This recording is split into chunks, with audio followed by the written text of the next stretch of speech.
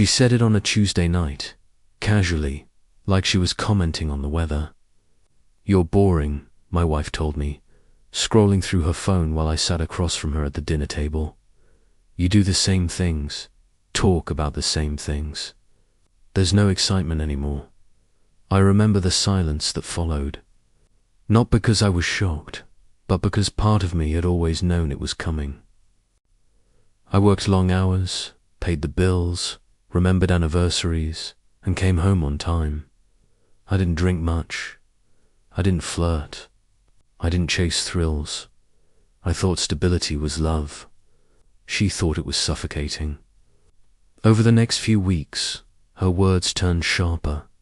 She compared me to men she saw online, co-workers who knew how to live, strangers who traveled, laughed louder, lived faster. She wanted passion, danger, unpredictability. She wanted to feel wanted in a way routine couldn't provide. When I asked her what she really meant, she didn't deny it. She just smiled and said, "I want to feel alive again." That's when I stopped arguing. I didn't beg her to stay. I didn't promise to change who I was. Instead, I gave her space. I encouraged her nights out. I told her she deserved excitement. I watched as her phone lit up with messages she tried to hide. Her wardrobe changed. Her laughter became lighter and less honest. She thought she was winning. She thought I was finally accepting my place as the dull husband she'd outgrown. What she didn't realize was that I was watching carefully. The excitement she chased came wrapped in charm and confidence. A man who knew all the right things to say, who made her feel irresistible. He took her to loud bars, secret parties, and whispered promises that sounded like freedom. She mistook attention for affection and risk for love. I let it happen. I stopped asking questions. I stopped checking her location. I became the calm, unbothered husband she assumed had given up. Behind the scenes, I quietly protected myself. I documented everything.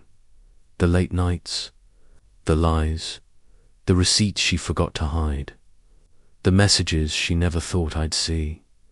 Excitement burns fast, and it burns careless. The man she chased didn't want a future.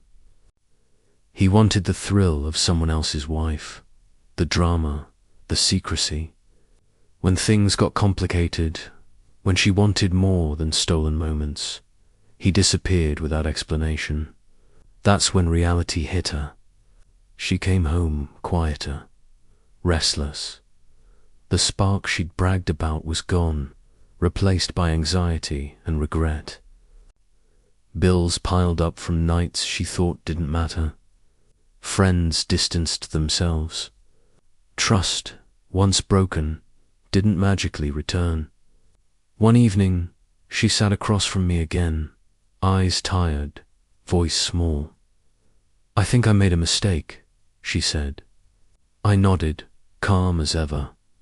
She expected anger, yelling, a fight. What she got instead was silence and clarity. I told her I wasn't boring. I was dependable. I was steady. I was the man who held everything together while she chased chaos. And while she was busy looking for excitement, I had learned something valuable. I didn't need to chase anything at all. When she finally realized that excitement without responsibility leads to ruin, it was too late. I had already chosen myself.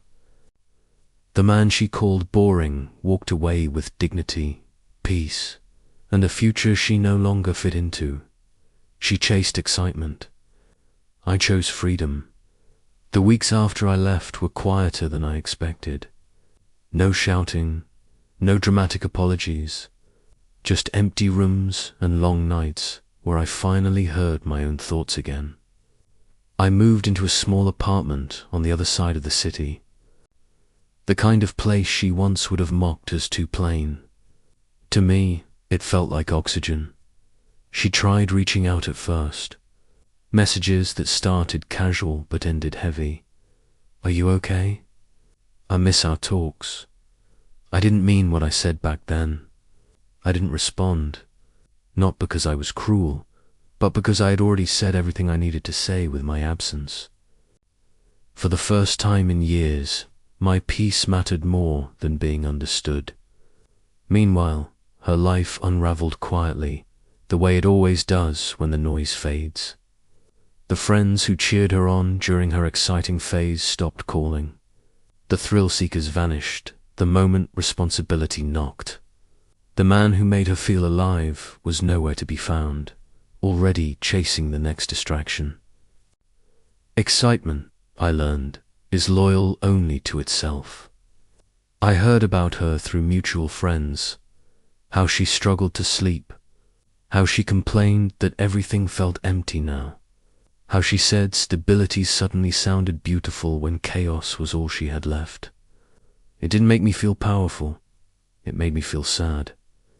Not for her downfall, but for how easily she had mistaken peace for boredom.